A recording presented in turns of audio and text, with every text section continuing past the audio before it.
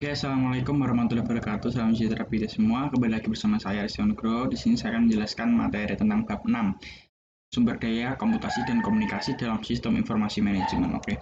Yang pertama kita akan belajar mengenai peranti keras. Nah, peranti keras ini ada 6 teman-teman, ada prosesor, memori, ruang penyimpanan, alat-alat input, output dan multimedia. Oke, yang pertama itu ada prosesor. Prosesor itu kalau kita itu lebih kenal dengan CPU. Nah, CPU ini adalah tempat di mana kita memproses data gitu. Jadi pusatnya itu ada di situ ya, teman-teman. Kemudian ada memori. Nah, memori sama ruang penyimpanan ini hampir disamakan, hampir sama lah intinya, tapi sebenarnya berbeda.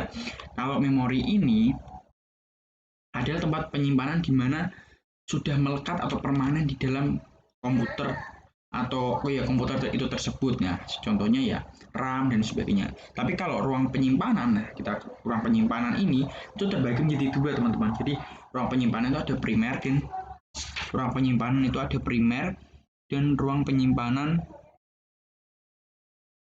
primer sih. Oh enggak. Berarti ada ruang penyimpanan tetap dan dapat dilepas gitu.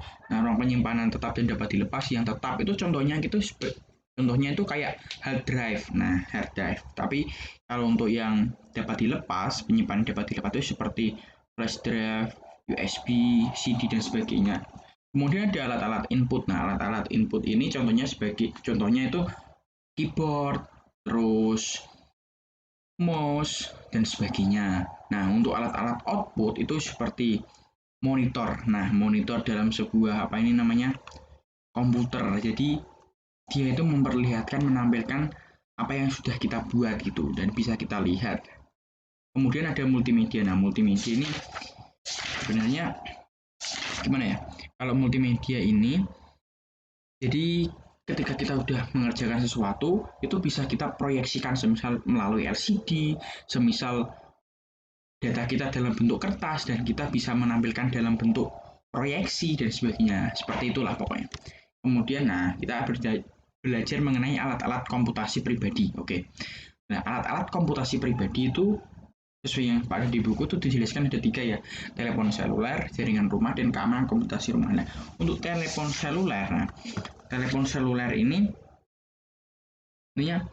perusahaan-perusahaan membuat telepon seluler seperti Samsung, Nokia, Ericsson, dan lain-lain telah membuat telepon yang menampilkan pesan tertulis dan gambar-gambar berukuran kecil tampilan lainnya. Oke, jadi seperti itulah memudahkan kita sebagai seseorang, kita sebagai pribadi dalam mengerjakan tugas ataupun kegiatan lainnya itu melalui telepon seluler. Bahkan sampai sekarang itu pun sampai muncul handphone. Jadi itu semakin apa namanya semakin memudahkan kita dalam melakukan pekerjaan lah.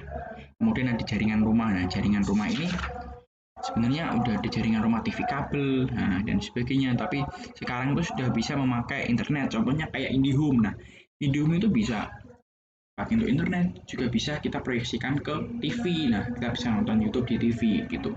Kemudian adalah keamanan komputasi rumah. Jadi keamanan ini ya juga sangat penting sih.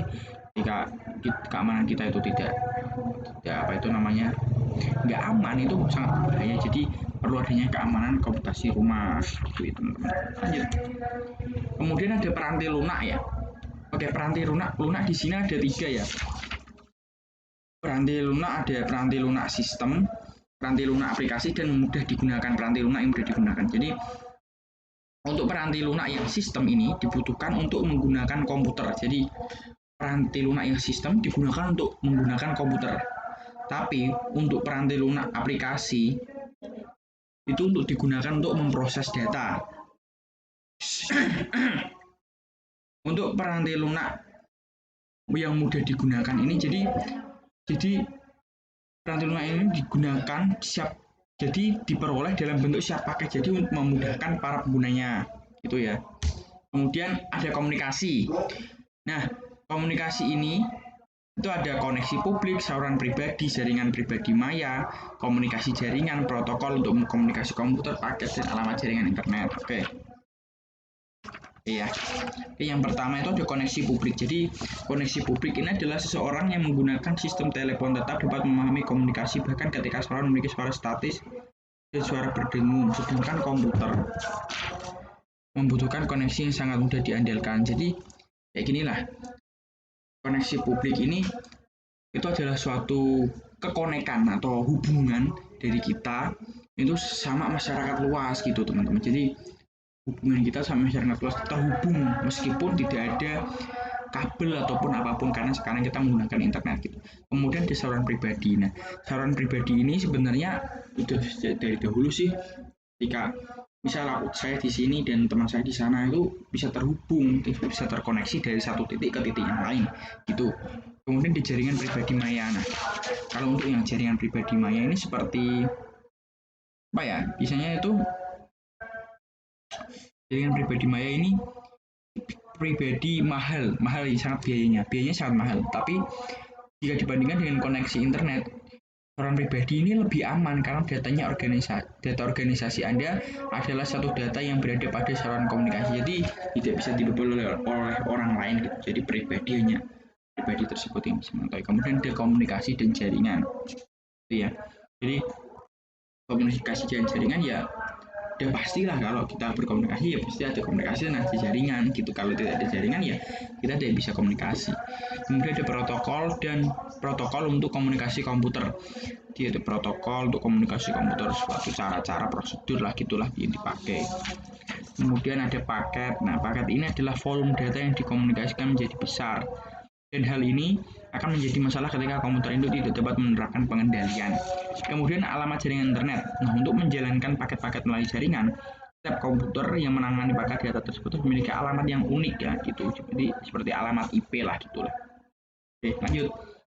Kemudian kita belajar mengenai jenis-jenis jaringan. Nah, jenis-jenis jaringan ini ada dua teman-teman. Jadi jenis-jenis jaringan ada dua. Yang pertama di jaringan area lokal atau apa namanya ya?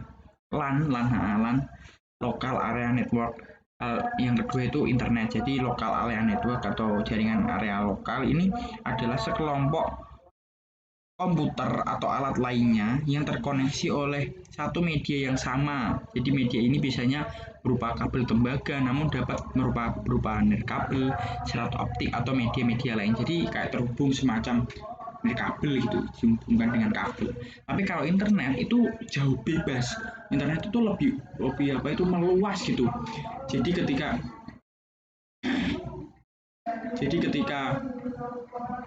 internet, jadi ketika satu berada di Pulau Jawa sampai di Pulau Sumatera itu tidak akan membatasi, itu bisa terkoneksi gitu. Nah, kemudian kita yang belajar mengenai konvergensi komputasi dan komunikasi. Saya bacakan ya. Konvergensi komputasi dan komunikasi. Alat-alat komputasi dan alat-alat komunikasi kini saling menyertakan fitur-fitur yang dimiliki di antara keduanya. Kemungkinan yang akan dibatasi oleh usia baterai, kecepatan koneksi, komunikasi, dan keamanan, ukuran, tampilan, dan keyboard, serta imajinasi pengguna. Dalam kantor di masa depan, Anda mungkin hanya perlu memasang telepon seluler di sebuah cradle atau meja Anda, tapi cradle ini akan terpasang pada sebuah monitor, keyboard, mouse, dan alat input atau output lain yang dibutuhkan. Semua komputasi akan dikerjakan oleh prosesor komputer yang terdapat di telepon Anda. Ketika Anda pergi, komputer Anda yang berada dalam telepon pergi bersama Anda. Dengan cradle yang tersedia dan digunakan di area publik, Anda dapat melakukan komputasi di mana saja. Jadi itu keuntungannya aja untuk yang akan datang gitu. Jadi sekian hanya itu yang bisa saya sampaikan. Mungkin banyak kekurangan karena kita juga sama-sama belajar. Oke, terima kasih. Assalamualaikum warahmatullahi wabarakatuh.